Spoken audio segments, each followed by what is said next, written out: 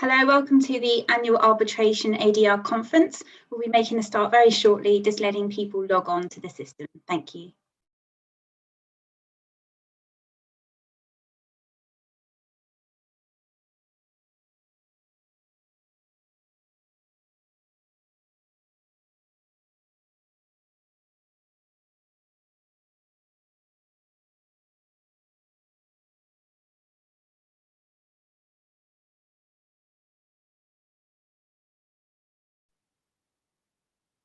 Hello, welcome to webinar 4 of the series over the next 3 days.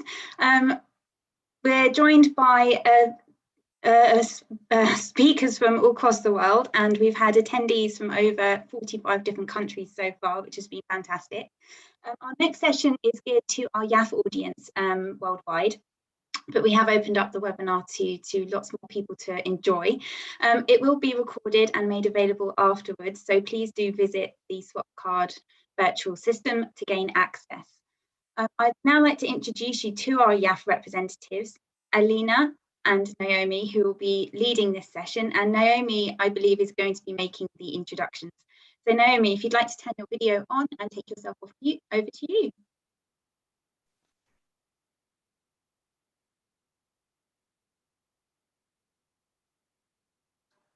Hello. Hi there. Can you see me now? Yeah, we can see you and you're good to go. Brilliant. Thank you very much, Natalie. Thanks to ICC UK for organising this wonderful series of events, which I've certainly been enjoying over the last day or so. Welcome everybody to this ICC YAF event. As Natalie mentioned, my name is Naomi Briarcliffe and I'm an ICC YAF representative for the UK. I'm going to introduce the event and also the speakers shortly, but before I do that, I just wanted to say a few words about ICC YAF. We are the young members organisation of the ICC, and we put together knowledge and skills events for younger practitioners for the ICC's global community. No doubt, the majority of you are already registered to our website and our mailing list because you're here. But if you're not, I'd encourage you to do so that we can send you invitations to more fantastic events just like this one. Now, turning to today's event, today we're going to cover the topic of dealing with expertise in international arbitration. And we've got 3 fantastic speakers and a fantastic moderator. Our moderator today is Alina Sartogo, who is my co-ICC YAF representative. She's also an international arbitration practitioner at the London office of White & Case. She's French qualified and in a past life was a deputy counsel of the International Chamber of Commerce in Paris, where she administered more than 200 cases. So she has lots of experience of dealing with both counsel and experts. Then our speakers, we have Ben Hornman, who is a partner at Hogan Lovells in London. His practice focuses on mining and commodities, life sciences and the financial services sector. He has particular experience in Russia and the CIS. Our next speaker is Nigel Tozy QC, who is a barrister and also an arbitrator. As an arbitrator, he has addressed all sorts of different topic areas. He sits as arbitrator in commercial disputes, shipping construction disputes, other types of construction disputes, insurance and shareholders disputes. And he's appeared as a sole arbitrator and also a party appointed arbitrator and regularly sits as chairman. And then last but not least, our third speaker is Liz Perks, who's a partner at Habman Eilert. She's an expert in forensic accounting, and she has been practicing since 2000 and has now been an expert involved in more than 80 cases. And so has lots of experience from which to talk about this topic. So without further ado, I will hand over now to Alina to kick off the session. Thank you very much, Naomi. Thank you, Natalie.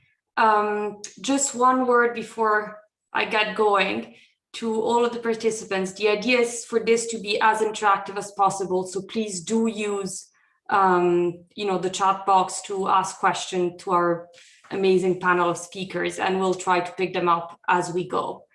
The way we've structured our discussion today is very practical. we're going to address a lot of topics, and we're going to start with, trying to define what an expert is, and then going into the various stages of expert work. So first, how do you select an expert, and how do you instruct them? How do you work on drafting expert reports? And finally, what happens at the hearing?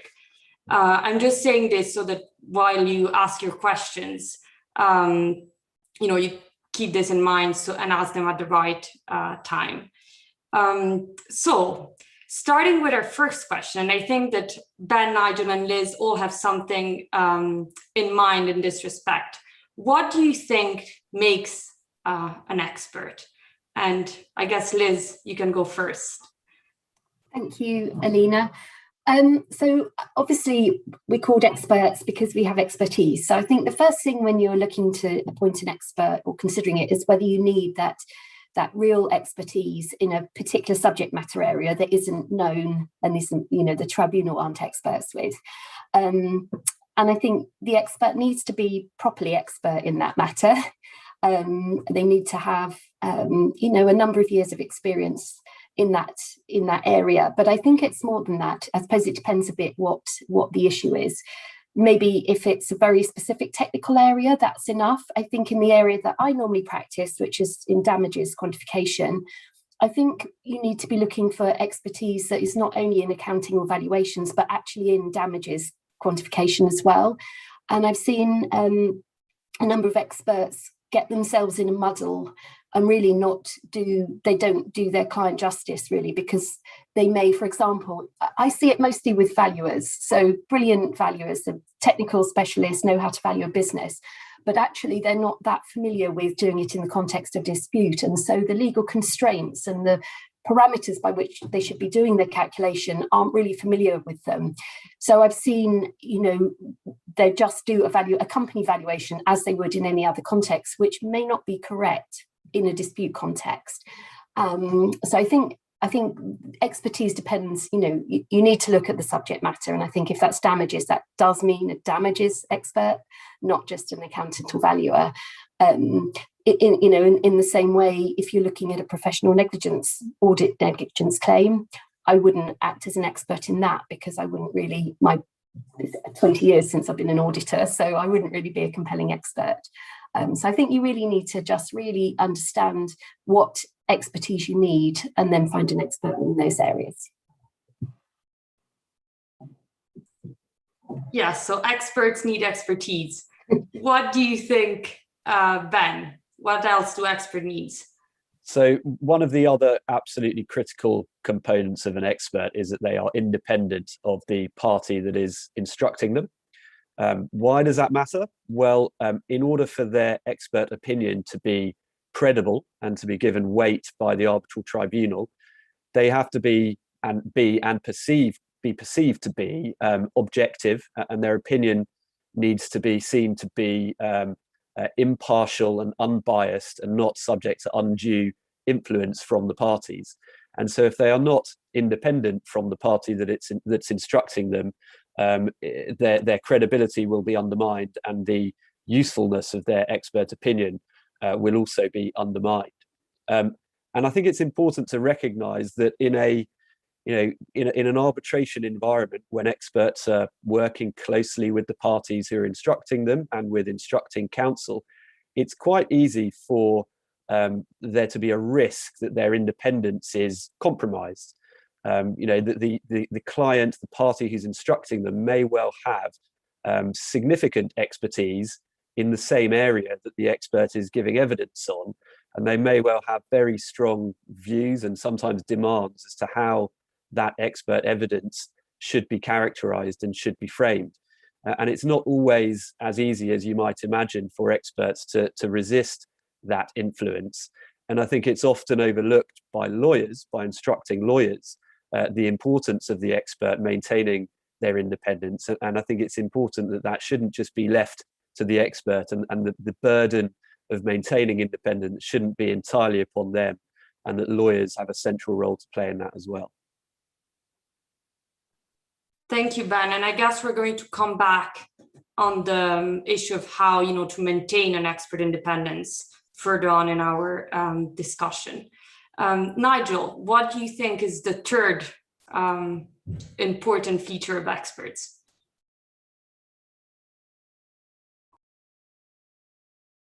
You're on mute, Nigel, I think. Sorry, amateurish error. I agree with everything Ben and Liz have just said. The third thing I think it's important always to bear in mind is that the expert needs to understand that he has obligations to the tribunal. And I just wanted to mention a couple of points in relation to that and just identify some resources which some of you might find it helpful to refer to when you're thinking about the expert's obligations, and perhaps when you come to explain to the expert what his or her obligations are. And those resources, just very quickly, and I think you'll be able to pick up references on the platform, are, first of all, Article 5 of the 2020 IBA rules on the taking of evidence in international arbitration. That deals with party-appointed experts. Article 6 deals with tribunal-appointed experts. But have a look at Article 5. It sets out a pretty clear code of what is expected of an expert and indeed what should appear in the expert's report. Allied to that code, there is also the IBA task force has published a commentary on Article 5, which is quite helpful, and you might find it useful also just to have a look at that, just to acquaint yourself with what is expected in the context of international arbitration. Now, the next resource I wanted to mention is an article by an arbitrator, someone called Charles O'Neill. It's in something called the Construction Law Journal, which, for those of you who don't do construction law, you might think isn't for you, and by and large you'd be right. But this is an article particularly about the duties and responsibilities of expert witnesses. Indeed, that's the title of the article, and it is of general application, and actually it's a really good summary of the sort of things you ought to take into account. Included within that article is the inevitable reference to a case called Icarian Reefer, which anybody who's ever had anything to do with experts will immediately recognize, because that is the seminal piece of knowledge passed on to us by Peter Cresswell, Mr. Justice Cresswell as he was then, in which he set out the various things that experts have to do based on the law at that time, and it's always cited in every article you ever read. And then the final resource I want to mention is a recent decision of the English Supreme Court, the UK Supreme Court, actually it's a Scottish decision. It's a case called Kennedy against Cordia. Again, it should be on the platform. It's 2016 UK SC, page 6. So it's a relatively recent decision. Paragraphs 38 to 59 of the speeches of the House of Lords, or sorry, Supreme Court, set out a pretty clear guidance, again, as to what is expected of an expert. So if you're not familiar, if you're coming to expert evidence for the first time, or even if you're coming to expert evidence thinking you know it all, it's actually, I think, really helpful to go back sometimes and look at those guidelines, because that will steer you in the right direction, it seems to me, in terms of assisting your expert, but also reminding yourself about what's going to be expected of the expert evidence. Thank you, Nigel. A lot of reading on my side. Yeah, go for it. I hope I'm not the only one. So now turning to more practical things in terms of what do you do? First question is to Ben. How do you determine that you actually need an expert on your case, now that we know what an expert can bring? It's a good question. Sometimes it's very obvious and sometimes it's not so obvious. I mean, essentially, I think Liz covered it earlier in her earlier answer. I mean, essentially, it's where the tribunal is likely to need assistance from a third party with knowledge in a specialist area to be able to properly understand and decide on an issue in dispute.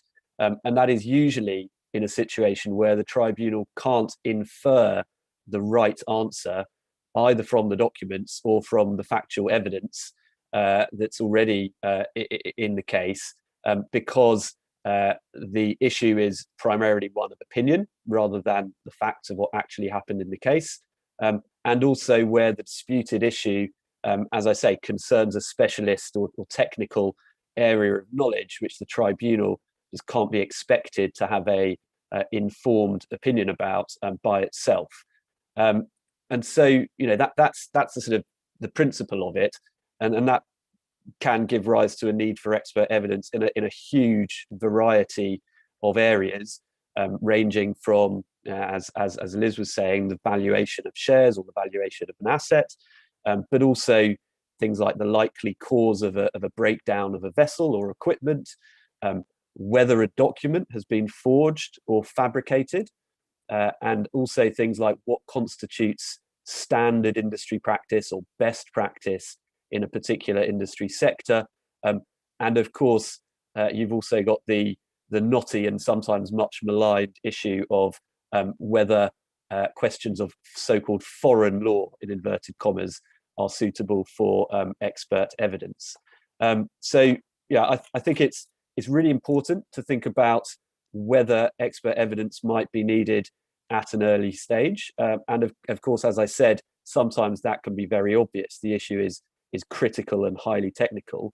But in other cases, it may not be that obvious. Sometimes you might be surprised at how much knowledge the tribunal does have in some relatively specialist areas, including accounting.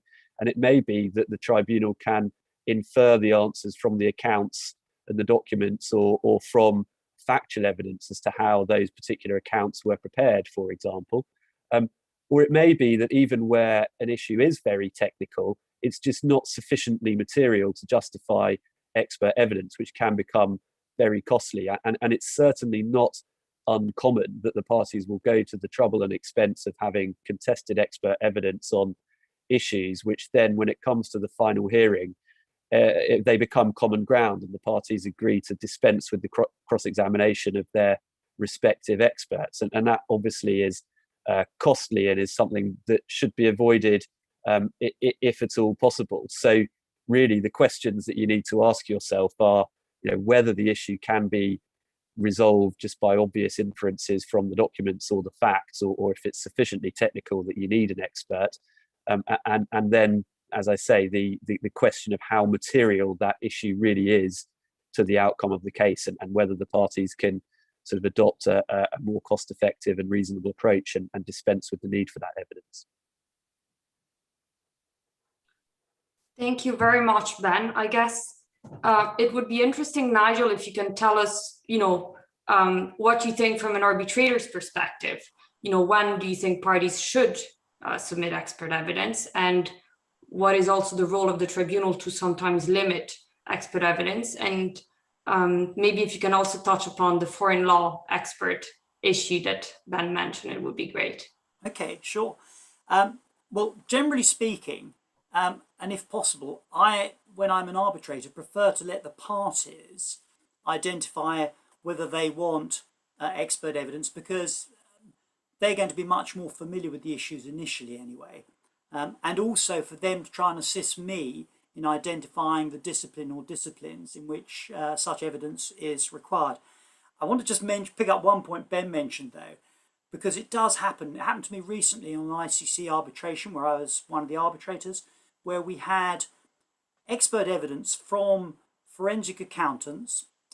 The costs of the forensic exercise was each party spent over £200,000 on the expert evidence from either side. When we came to that evidence, it was disposed of in 5 minutes. I mean, absolutely extraordinary. It was a complete waste of time and money, which no doubt will be reflected in our award, but it's still in the process of being approved. So, but that is just a real example of how I think sometimes the parties need to exercise a bit of control. It wasn't possible for us as the tribunal to tell until we got to the hearing that all of this was going to be a waste of time. Just coming back more generally, it is important, I think, once the parties have said that they want some sort of expert evidence, to make sure that the disciplines are properly identified, and indeed that the expert issue or issues on which the opinion is going to be sought is also defined, because otherwise there is a real risk of a mismatch, and with the experts passing in the night. So I think as far as possible one wants to try and get those things addressed. And I think again you look to the parties, or I look to the parties to start that process anyway, by trying to agree what the expert issue is, trying to identify and agree what the necessary discipline is. And it's only if they can't agree that it seems to me we have to step in as a tribunal.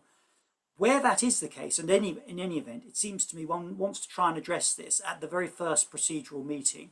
The question of what is the expert evidence that's going to be required, what are the disciplines and so on, is something, it seems to me, that as a tribunal one needs to bring up at the first meeting. If the parties haven't addressed it, then they need to be asked about it. As to where there's a dispute between the parties as to whether expert evidence is going to be required or not, ultimately I would normally try and decide that on the basis of whether I think I'm going to need expert assistance. By and large, if it's a technical issue, it's almost certain that I will need some help. So it seems to me it's really just a question of defining it. And I think it's probably fair to say if one party wants an expert, then I have a certain reluctance to refuse that request unless it's obviously rogue. I mean, if it really is pretty clear it's not going to be necessary, because to shut a party out from calling evidence they want to adduce, it seems to me is quite a brave thing to do, particularly at a first procedural hearing. Now, turning to the question of foreign law and foreign law experts, I don't know that my view is representative of the arbitral community as a whole, but I'll tell you what it is. Personally, I would always rather hear submissions on what is said to be the foreign law than have evidence. And that is because I don't actually find cross-examination of a legal expert is normally of any real assistance in helping me to understand the relevant legal issue. I'd much rather have, and I find it far more helpful, to have submissions, often actually, of course, from the foreign lawyer, because then they can explain it and develop it in the way that, you know, English lawyers would explain and develop what they say the law is to an English tribunal. So that's my personal preference. If, however, foreign law is going to be dealt with as evidence rather than by way of submission, it is an area particularly where I think hot tubbing can work particularly well. And I say that because that is an area where I think you can get the experts to engage directly with each other, prompted by the tribunal. And unlike some sort of more technical areas, it does seem to me that that is more of a sort of area for debating what the law is and why the particular experts say so. As I say, I don't know how representative my view is, but anyway, that is my view. I think it's completely representative. I don't think I've ever heard an arbitrator say anything different. And in my experience, where you do have expert evidence on foreign law given by experts, that is very commonly, cross-examination is dispensed with because the arbitrator's just very happy to make up their own minds based on the written opinions. Exactly. Yeah. We actually have quite an interesting question from the floor about from Annabelle Gilberti from Krefovi. She's asking whether, damages and generally accounting and numbers are issues that come up quite frequently in arbitrations, whether arbitrators, and she refers to ICC arbitrators in particular, should have some appropriate training or should, be familiarized with GAAP accounting or anything like that. I don't know if anyone has a view on this. Shall I tell you my view as an arbitrator? Go for it. Which is, I'm all for being trained and educated. I think that's very helpful. It does seem to me a bit, I think this goes back almost to the appointment stage though, doesn't it? If you have an issue which is very, very accountancy based, where it would be helpful to have someone on your tribunal with accountancy experience, then it seems to me that is something that the parties ought to be thinking about when the tribunal is being put together. So, for example, I've certainly been in cases where one of the members of the tribunal is an accountant, or was an accountant, and therefore was able to assist the other members of the tribunal with specific accountancy points. Having said that, I don't really see why accountancy discipline is different from any other discipline. For example, I was recently involved in a case which involved some very complex chemical engineering. Would it have been helpful if one of us had been a chemical engineer? Maybe it would, but we actually had two really good experts who were able to explain the points very clearly. And it seems to me, as long as you've got intelligent members of your tribunal, and as long as you've got good experts who are capable of explaining the points well, and we'll perhaps come back to that in a moment, then it seems to me it isn't a necessity. It might be an advantage, but I don't think it's a necessity. Thank you, Nigel. So now that we have understood how you determine if you need an expert or not, then how do you, once you decide that you need an expert, how do you select experts, potential experts that have the required expertise and experience to work on your matter? So, I mean, before getting into the sort of nitty gritty of the selection process and interviewing specific candidates, just in terms of identifying a shortlist for my client, I mean, really the process there depends very much on the type of expertise required. If it's a quantum expert or a valuation expert, yeah, obviously I just ask Liz. In all seriousness, I mean, where you've got professional experts and a broad range of those, it's quite easy, subject to checking conflicts, to come up with a short list of good candidates, either who you've worked with yourself or you've seen in action on the other side, or in some cases where it's a little bit more specific, they may need to be a recommendation from a colleague. But that's my normal process for sort of quantum accounting type experts. If there is a need for a legal expert, then I'm fortunate to be at a big firm. We have offices in many jurisdictions and contacts with local lawyers in many jurisdictions, and so usually either through my own experience or again recommendations from colleagues, or indeed the client, if they are operating in the relevant jurisdiction, it's usually not too difficult to find a legal expert. The harder part, I think, is where you need a technical expert who's a specialist in a particular industry or area, and of course the more niche that industry or their specialism is, the more difficult it can be to find the relevant expert, and there can be a vast array of different industries and specialisms that you need for any given case. My starting point there is usually that I ask the client, because normally the expertise is required in an industry sector that the client is actively operating in or familiar with. But failing that, industry bodies and also arbitral institutions can sometimes keep useful lists. And there are some consultants out there who can also steer you in the right direction.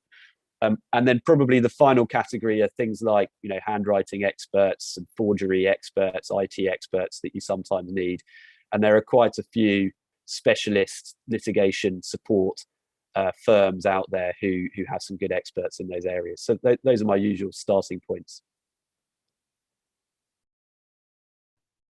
Thanks, Ben. So I guess this is how you do your shortlist, and then as a way to decide who amongst the shortlist, a lot of times you may have interviews with the expert. And Liz, can you tell us a bit how, what do you find useful to prepare for these interviews, and how do you think counsel can maximize the efficiency of these interviews to know whether or not you're a good fit? Yeah, thank you. So I probably 3/4 of the time now I would have an interview before, and when I'm pitching for an appointment, and that's probably more than it was 10 years ago. I think more often than not we do now. The ideal, it ranges quite a lot what you get. Ideally, I want to have enough information in that interview that we can actually talk about the substance of the case and how we would approach it. I don't want to have all the details. I don't want to have to do 3 weeks of solid work to come up with some ideas, because I was given a file that big to read before, which I thought was a bit rude, because I did 20 grand's worth of billable work really just to do the interview, and then we didn't get appointed, so he probably just used all the ideas anyway, so that was a bit rude. But I think the ideal, I recently had one where we were given a briefing paper, which was maybe 6-8 pages long, something like that, had the facts in the background. So you knew exactly what the situation was, explain what the issues are likely to be. And then, so it was manageable, it was just fairly short, but it had enough of the substance that I could then think about what experience have I got that I can bring to that is relevant, and actually how would I approach it. So not a big detailed discussion, but just in first principles, how would I approach it? What are some of the ideas I would have? You know, and I think when I've had a conversation like that and an interview like that, you feel like you've been able to really explain what you can bring to it, and then, you know, the lawyers have the same from other people, and then they've got a really full picture of who may be best suited to the case. Sometimes I think it's a shame when we don't have that kind of opportunity to have that conversation. If it's just in just a written proposal, sometimes it's a shame. So I think it's generally good, the process of having an interview. And sometimes you realise during it, I had one where I realised during it that I wasn't going to be the right person. Actually, what they were really looking for wasn't me, and it was somebody else who I was then able to refer them on to. So, yeah. Briefing paper, ideally, about 6 to 8 pages, not a file like this. Thank you. That's something we all have to bear in mind. But Ben, so once, assuming you select 5 candidates and then you have a couple of interviews, what are you looking out for, and what drives your final selection? So there's quite a long list, so I'll try and be as quick as possible. But so I think first and foremost, it's the expertise, but I think it's important there to be as specific as possible and as aligned to the issues in the case as possible. So you might have a valuation exercise that you need to do with shares or an asset, but not all valuations are the same, as I'm sure Liz will be able to tell you. So just for example, in one case, sub-specialization was required because the valuation exercise was of an unfinished skyscraper in Moscow and the value of that over time. And so it was important not just to have a kind of international valuation expert, but also someone on the ground in Moscow who could give evidence as to what the expected rental yields would be once the skyscraper had actually been constructed and they leased out the offices. So that type of sub-specialization can sometimes be important. And then the other thing is, I think practical experience may be preferable to sort of professional qualifications.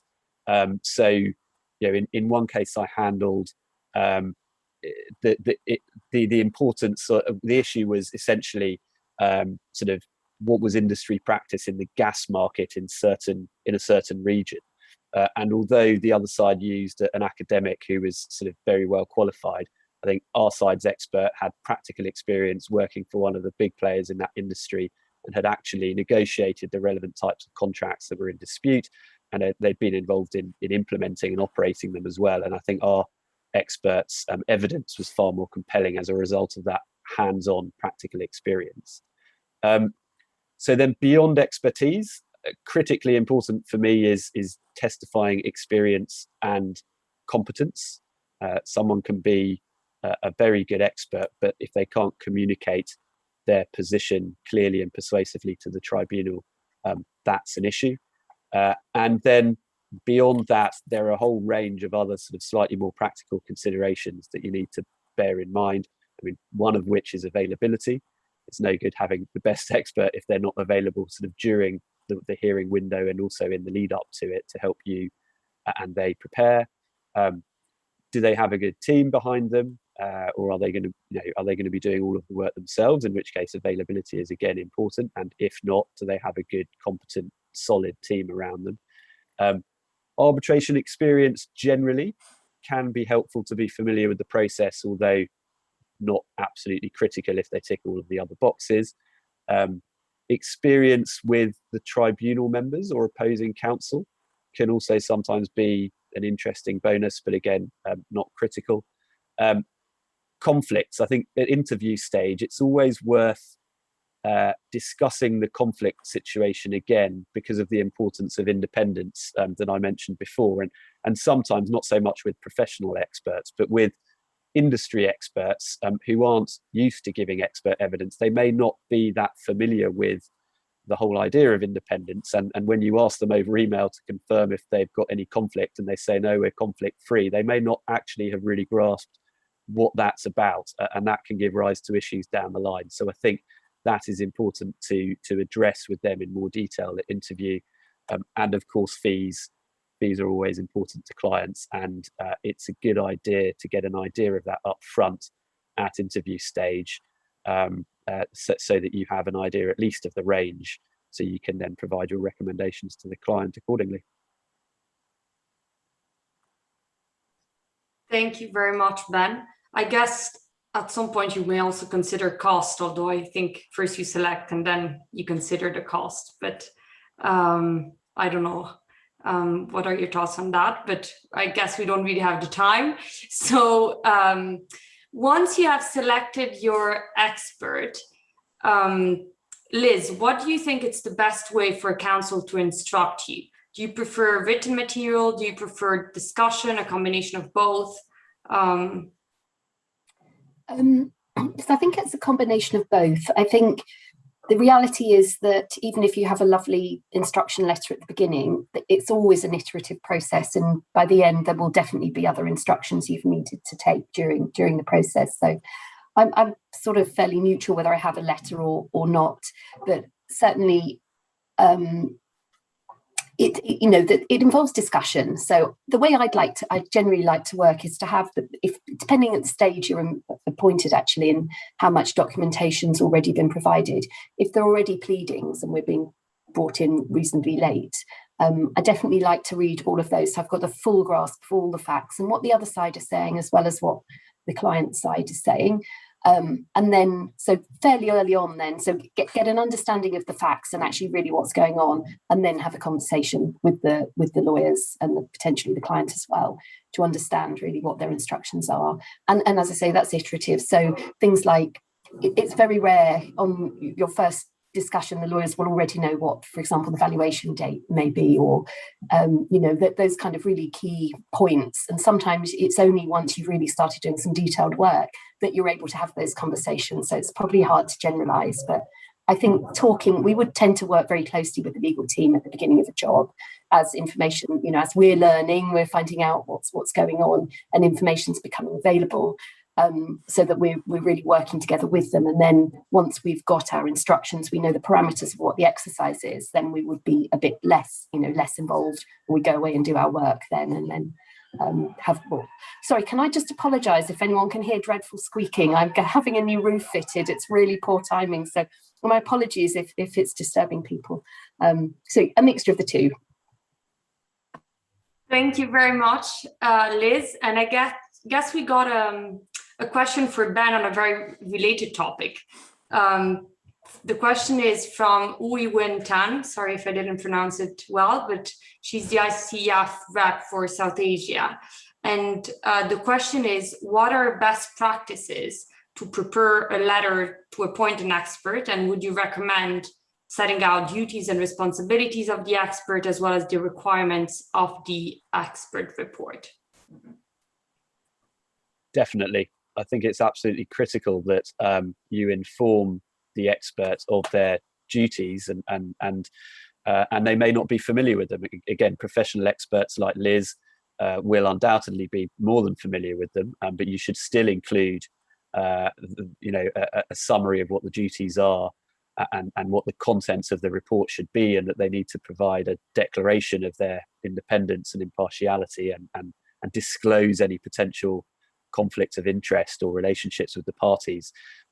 You should certainly provide clear instructions to the expert to do that, and the importance of that is even more so where you're dealing with a technical or industry expert who perhaps is not very familiar with the process or with what their duties and responsibilities are. So I think that is absolutely critical. Another thing that's critical, is really just framing the factual background in a sort of neutral way, and explaining what the factual issues in the case are as have been presented by both sides, clearly identifying the documents that you want the expert to look at and take into account, and probably most importantly of all, clearly framing the actual issue it is, the questions that you want the expert to give their opinion on. And I say that's critically important because, again, you need to maintain the expert's independence in order to maintain their credibility.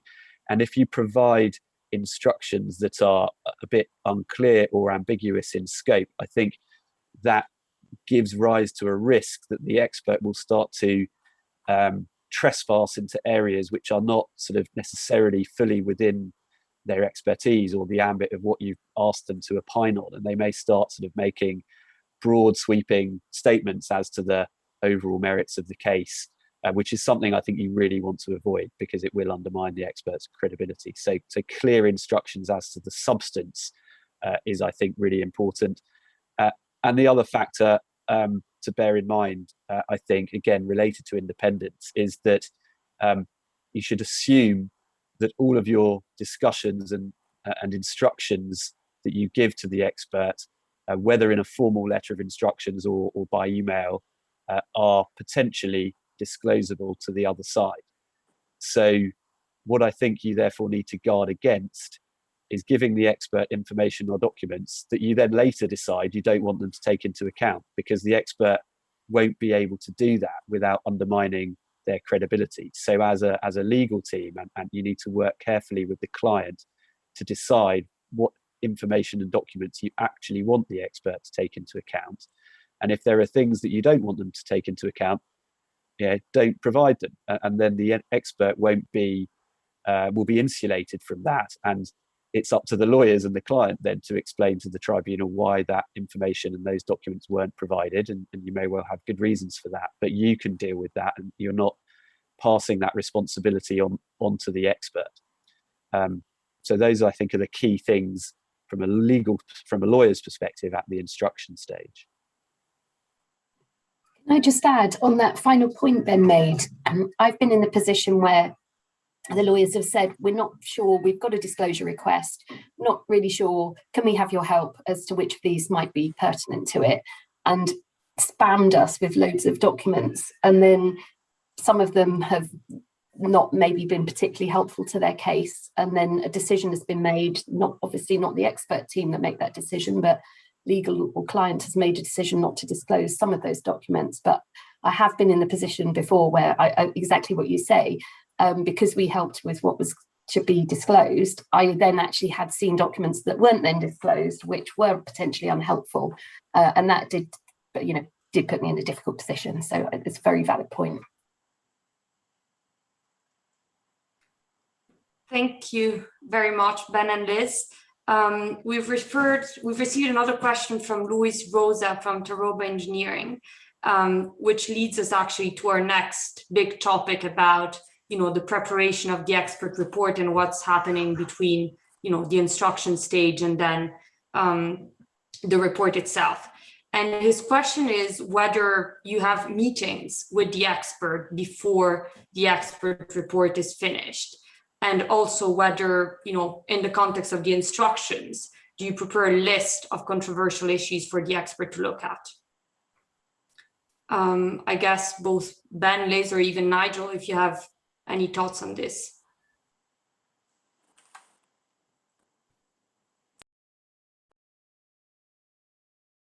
You're on mute, Nigel. Sorry. In terms of experts meeting before they prepare their reports, that's quite unusual. It certainly happens, I think, in the English TCC, where you have construction disputes. I think judges there are quite keen on that process, and sometimes in IT disputes. It probably happens less, I think, in international arbitration. Sorry, Nigel, I think I misrepresented the question. It's not so much two experts meetings, but I think counsel meeting with expert. Oh, I beg your pardon. I'm so sorry. No, yeah. Yeah. No. Oh, well, then I think that's probably for someone else to comment on rather than me. Can I make one other quick point though, Alina, which is in the choosing of your expert, one of the things I think you should always do is a Google search on your expert and look well beyond what they say about themselves on their website or their company's website. Have a look, see if they've been in other cases, and if so, how that went. have a look at articles they've written just to make sure they haven't said things that are completely contrary to the case that you want to run. I mean, do a bit of research. Obvious, but you'd be surprised how many people don't. Anyway, sorry, I will hand over the other question, the one you really asked, perhaps to Ben. Yeah, I mean, the answer is there's absolutely nothing wrong with meeting the expert prior to the preparation of their report at any stage, and during the preparation of their reports, and throughout the case. The issue is that, I mean, that close working relationship and that iterative process that Liz was describing is absolutely essential to making sure that the questions that you want the expert to answer are properly framed, so that the expert really understands them and can prepare their report and give their opinion accordingly. So that relationship is actually absolutely essential. But the danger is, and the risk is always, that you become so closely aligned, and that the instructing lawyer becomes the mouthpiece for the client that's got very strong views as to how they want the report to be characterized, and essentially what they want the opinion to say, that you get into that risk of independence being compromised and the credibility of the expert being undermined. And as I was saying earlier, often the way that plays out in practice is that the sort of informal instructions or discussions that you have with the expert may potentially become disclosable. And so the expert needs to be very careful that those instructions, they may be iterative and quite general and informal at some stage, but they do kind of solidify and crystallize at an appropriate point, usually in a formal letter of instructions, into something very clear and very precise that the expert can then sort of rely on by saying, these are the questions I've answered, these are the assumptions that I have been instructed to take into account when preparing my opinion, and my opinion has been prepared on that basis. And that is, I think, critically important. So you can have all of the conversations that you like, but provided that you're conscious that they are potentially disclosable, and that ultimately the instructions are crystal clear at the end of the process. Thank you very much, Ben. And I guess the next question is for Liz. Do you welcome counsel assistance? When do you think, how do you deal with a counsel that has crossed the line and, attempted to your independence? And also, what are the top tips? Like, what would you advise a counsel to do to support you the best way? So yeah, I do welcome counsel's assistance. I think there's probably two key things that, or maybe three actually, that counsel can do. One is that I see a big part of my job as being to be able to explain complex issues in a way that the tribunal can understand them. And I think counsel can really help with that. If, a lot of work I do is quite complex valuation work, and it's tricky, and, none of it is easy. And it's, we do our very best to explain it in a way that's accessible to other people, and we don't always get that right. And counsel can tell us when they can't understand what we're writing. So I think one thing they can do really helpfully is say, actually, I'm still not sure exactly what you're getting at here. It's still too high level. Let's dumb it down a bit. So that can be really helpful. So that is one of the key things. Obviously, making sure that you've got the facts right and the law right, and anything where you're setting out a factual position on which your assumptions are based, anything around that, if you've not got that quite right, I would very much like the lawyers to be checking that we've got that right. And if we say, our side's legal position is this and the other side's is this, all that, I want my lawyer to tell me that I've got all that right and I haven't made any errors there. Or if I'm saying my understanding of English law is this, that if I've got that wrong, I want to know straight away from them. So I think those are the key areas, really. I've actually forgotten what the third one was, which isn't great, but there was a third. What I don't want is lots of marked up tweaks and changes to the report. I'm not going to be putting them through generally, unless it's on the law bit. Or what I'm very happy to have is comments that say, this isn't clear enough. I've remembered the third one. The third one is, actually, if you think any of our arguments are weak, if they're reading it and thinking, not really convinced by this, I'd much rather know, because if they think that, then there probably is a challenge there. The other expert will think of something. Tell us now so we can then rethink it, either deal with it, as we know it, we recognise it's a weakness, but deal with it, or even change the argument if something hasn't gone right. So that's the third thing that's really key. If you're not convinced by what my opinion is, then no one else is going to be. So I want to know that now. So those are the three bits. I have to say I've not really ever had a situation where the lawyers or the client are really pushy and really wanting to get something in. I occasionally they'll say, could you go as far, could you say this? And I'll say, no, I'm not prepared to go that far.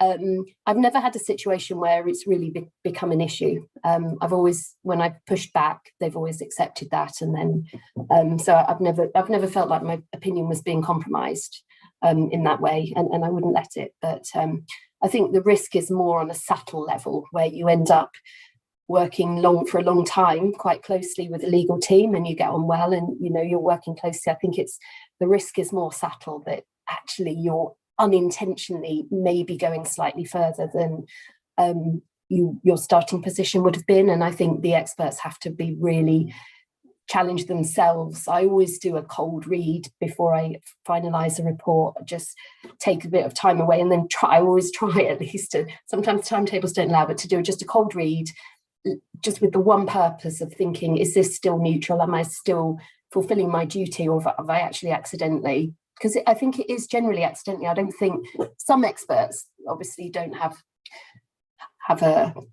a sense of where their duty is. I think a lot of people, actually it's accidental, that their views just over time moving slightly. So I think it's really important to challenge yourself as the expert that you haven't let that happen,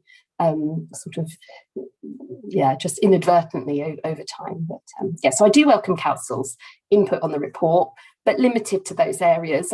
My colleague had a dreadful case where she had 6 different people reviewing her reports from different bits of the legal team, all with comments, all marked up all the way through, and it was terrible. And you can't work like that. It's not their report, it's ours. So that doesn't help. Thank you. Thank you very much, Liz. Is there any other tip that you would give to more junior counsel, Ben, in how you work with experts, in addition to what Liz has already mentioned? You're on mute. Sorry. I just going to say go for it, Nigel. Yeah, just from my perspective, I think nothing jars more than an expert trying to make forensic points, which really should be left to counsel. When you, as an arbitrator, when you read the report, if the expert is so obviously partisan, you instantly lose your tribunal. So actually, I think one of the roles of counsel, funnily enough, is sometimes can be, not with someone like Liz, but can be with some experts, to rein them in a bit. I think there are some experts, particularly those who perhaps don't often give expert evidence, or, because they're an expert in their field, but they're not often called to give evidence, think that they ought to be doing the best for their client, and so they shove in every point they can think of and all the rest of it. And I actually think it's the role of the lawyer in those circumstances to strip all that stuff out, to explain what the role is, to say, look, leave all that to us, all that argumentative stuff. You just stick to explaining what your expert view is on the expert issue. Get rid of the adjectives, the adverbs, and all the rest of it. And don't forget whether that's going to be popular with the client. It'll just be much better with the tribunal, which is ultimately, if the case goes to a hearing, what you want your expert to be. So that's one side, where your expert's going too far. The other, as counsel, is the point that Liz was making, is, it seems to me as counsel, you need to avoid the temptation to lean on your expert to say something that you think is going to be helpful, especially if the expert isn't comfortable with that, because it might look good on paper, but by the time you come to cross-examination, it will unravel. It always unravels, because if the expert feels uncomfortable, the fact that they've been jostled or persuaded into saying something by counsel never really works. And if it unravels under cross-examination, that is so much worse than if the point had never been made in the first place. So you really, I think, have to exercise a lot of control as counsel, both on yourself and also on your expert. The other thing I just want to pick up is the point that I think Liz was making, and actually Ben, about it being the report being digestible. I always used to say, and I still do sometimes, when I'm dealing particularly with experts in very technical fields, imagine you are explaining this to a 7-year-old. Treat that as being the average age of your tribunal. Imagine you're explaining this to a 7-year-old, and you really have to make it very, very understandable. Because if you don't, you can be the cleverest person in the world and the most brilliant expert in your field, but if you can't explain it, if you can only use language that's understood by other experts, then you won't actually be a good expert witness.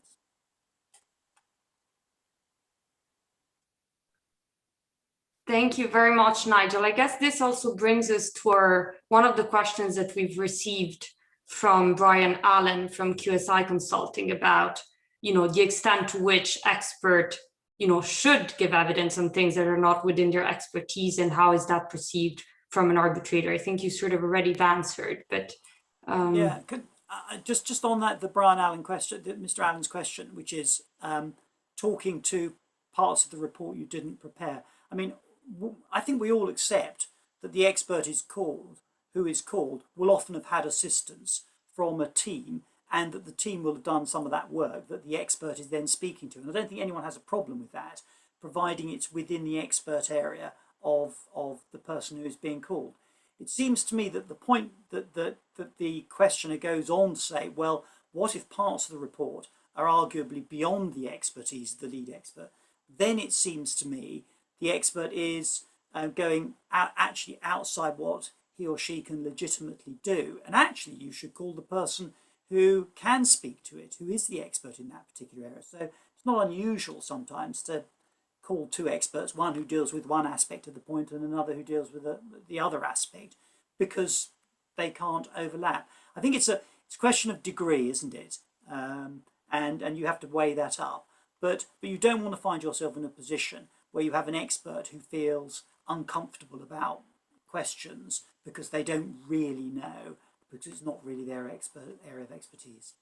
And just to add to that, from my perspective, and that's exactly the situation in the Russian skyscraper example that I gave earlier, where we had the valuation exercise was shares in a company, but the underlying asset was this unfinished skyscraper in Moscow.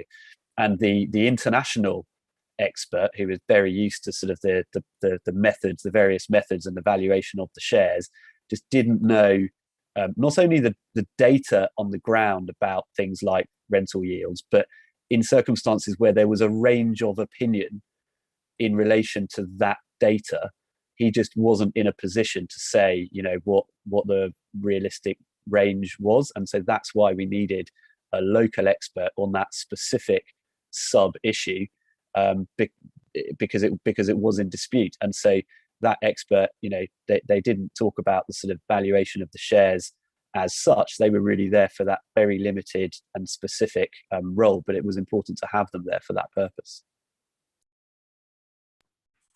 Thank you very much for sharing your experience on this as well, Ben. And I suggest we jump straight to the hearings because we're already running out of time. And I see there is a question on hot tubbing from Johanna Iyer. I suggest, Nigel, you address that together with your experience with joint reports of experts.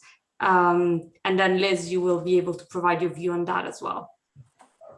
Okay, I'll take the points as quickly as I can.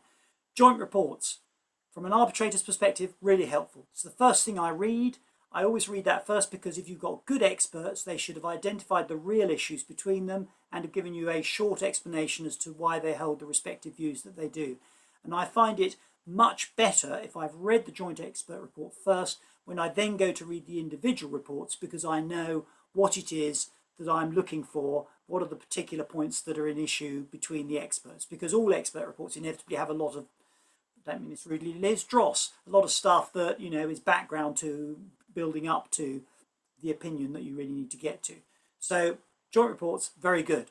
Hot tubbing, short answer. As an arbitrator, good. As counsel, dreadful. And longer answer, good if you're an arbitrator, because why? You actually get the experts to engage, you can ask your questions, you get a proper discussion going. Bad as counsel, you have no control over the process at all. It's As counsel, one likes the formality of a proper cross-examination leading up to the explanation as to why the expert is wrong. You just don't get that in hot tubbing. And you can't control your own expert. I mean, they start going off sometimes on a bit of a tangent. The other problem, I think, with hot tubbing from a counsel perspective is it's very dependent on your tribunal having done the work before the process starts. Because if they're going to chair that session and ask the questions, you really need your tribunal to actually already be on top of the issues before the hot tubbing process starts. And it's a terrible thing to say about some of my colleagues, but perhaps they're not always as on top of the issues as they should be before that process starts. The only small point I would make on the hot tubbing issue, and I agree completely with what Nigel was just saying, but I have sometimes seen it that you have a hybrid approach. So you give counsel their opportunity to cross and they have control over that process. But then after that, or at some stage during the process, you then have a hot tubbing session as well, where the tribunal really gets that sort of more greater engagement that Nigel was discussing. And that is sort of somewhat less bad from counsel's perspective. Yes, I've had that experience too. And I think you're right, that probably does work well, actually.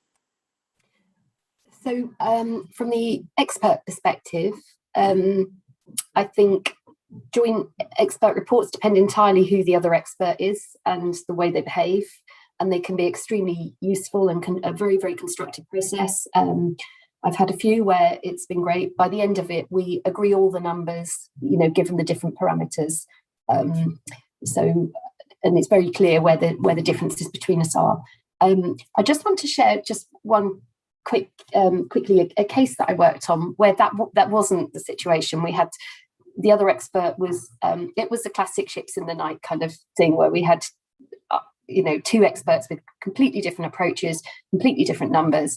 And I'd done my second report. I tried to go through the opposing expert, and I actually ended up with about 30 differences between us to try and explain to try and narrow, because it looked like we're doing two different things. So to just try and bring them into line. Anyway, our side, our lawyers suggested to the tribunal that it might be worth having a joint expert report to try and bring it closer so the tribunal could see a way through it. And the tribunal said, yes, that's a very good idea, we'll run it. And so we ended up with this really odd situation, but extremely valuable situation, where we had the expert meeting was me and the opposing expert and our number twos as well, and then the tribunal, and no counsel, no parties, just us with the tribunal. And obviously, as you can imagine, our counsel were very shocked and very scared about what was going to happen. What actually happened was the tribunal had a day with both experts, so they could really understand where we were both coming from. And actually they could ask some of those, slightly embarrassing questions where they really didn't understand, because it was all technical valuation-y stuff. So they were able to just ask whatever questions without anyone else listening and with no judgment. They could just ask us. So I felt by the end of that day, they really understood what both of our opinions were, where we were both coming from, and actually what the issues were. And then that moved on when we had the hearing. They did a hot tub. In fact, it was just a hot tub. There was no we did a presentation first, but there was no normal cross-examination. It was a day and a half hot tub. And because the tribunal had spent a whole day with us, they knew what they were talking about. They were extremely well prepared. And they used, so the list of 30 issues I'd raised in my report, they used that as their agenda for the hot tub. They provided us with an agenda. They had 30 issues. They asked the questions. They led it. They cross-examined us, really. And it was, from my perspective, at the end of that, I really felt like I'd explained my opinion. They'd heard my opinion and the other chap's opinion. And it really was, they then had everything in front of them they needed to then go on and make a decision. So it was a very, very different process. I know our counsel weren't very comfortable at the time, although they were when they got the results. So it just, I don't know. And it made me think arbitrators should be bold. Sometimes if you're in a position where you've got two experts that are on such different planets, that you're going to be left with who where on earth would you go as a panel, then, be bold and do something like that, because I think it worked extremely well in that case. But you're almost moving from an adversarial system there to an inquisitorial one, aren't you? And which is probably alien to most, a lot of civil lawyers anyway, I would guess. Yeah, they were. I was just thinking they were Swiss, German, and British, the panel. So Yeah. But anyway, I've never seen anything like it before, but it was very successful in my particular case. Yeah, interesting. Food for thought, I guess. Coming on to cross-examination, I think it would be good, Ben and Nigel, if you can give us, your tips from a counsel and arbitrator perspective as what works, what doesn't work, and also how do you deal, with an expert cross-examination as opposed to a factual witness cross-examination. Well, shall I start from counsel's perspective, and then Nigel can tell me where I've got it completely wrong from an arbitrator's perspective? I mean, I'll be very brief. I mean, the difficult thing from counsel's perspective when you're cross-examining an expert as compared to a factual witness is that there is a complete imbalance of knowledge. They are an expert in the area that you are cross-examining them on. And so, that's dangerous for an advocate.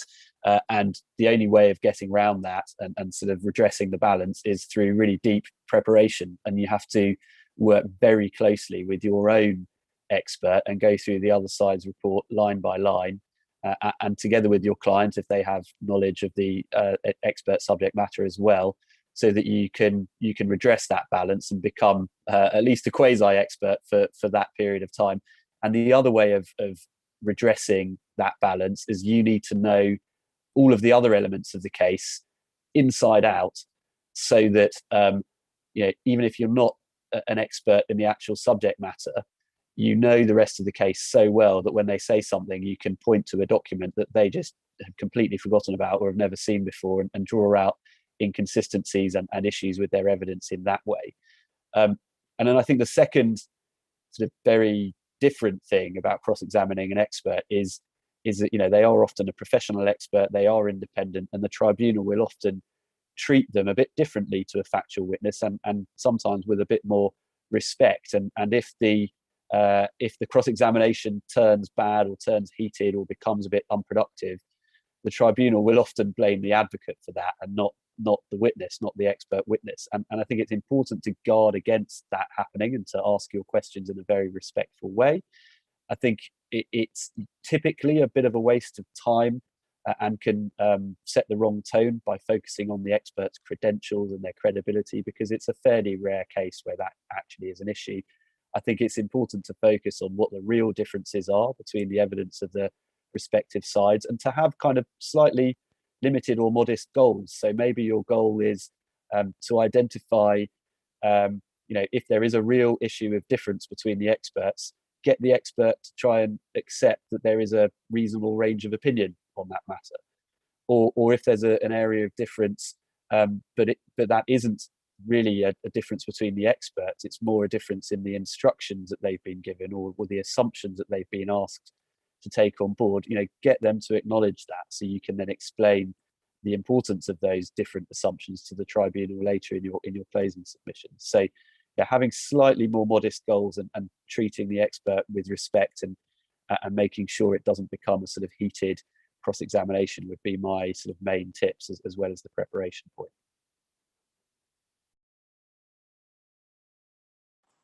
Well, disappointingly, I can't find fault with any of that, Ben. So what I thought I'd do is just give you a quick checklist of the way, when I'm cross-examining, I approach it, and then also run into that, how I would, as a tribunal, see that working. I do always start just by looking at the CV of the expert. I absolutely agree with Ben that very often there isn't any material there, and you should tread very lightly. Normally what you're looking at, it seems to me, isn't so much whether the expert lacks expertise. I mean, the expert almost certainly has got expertise. It's whether it is particularly relevant to the particular dispute that you are looking at. So sometimes they might call a mechanical engineer, but actually there's a bit of chemical engineering in there or something like that. Anyway, whatever the dispute is, just make sure that what the particular technical issue is one where they've got the right expert.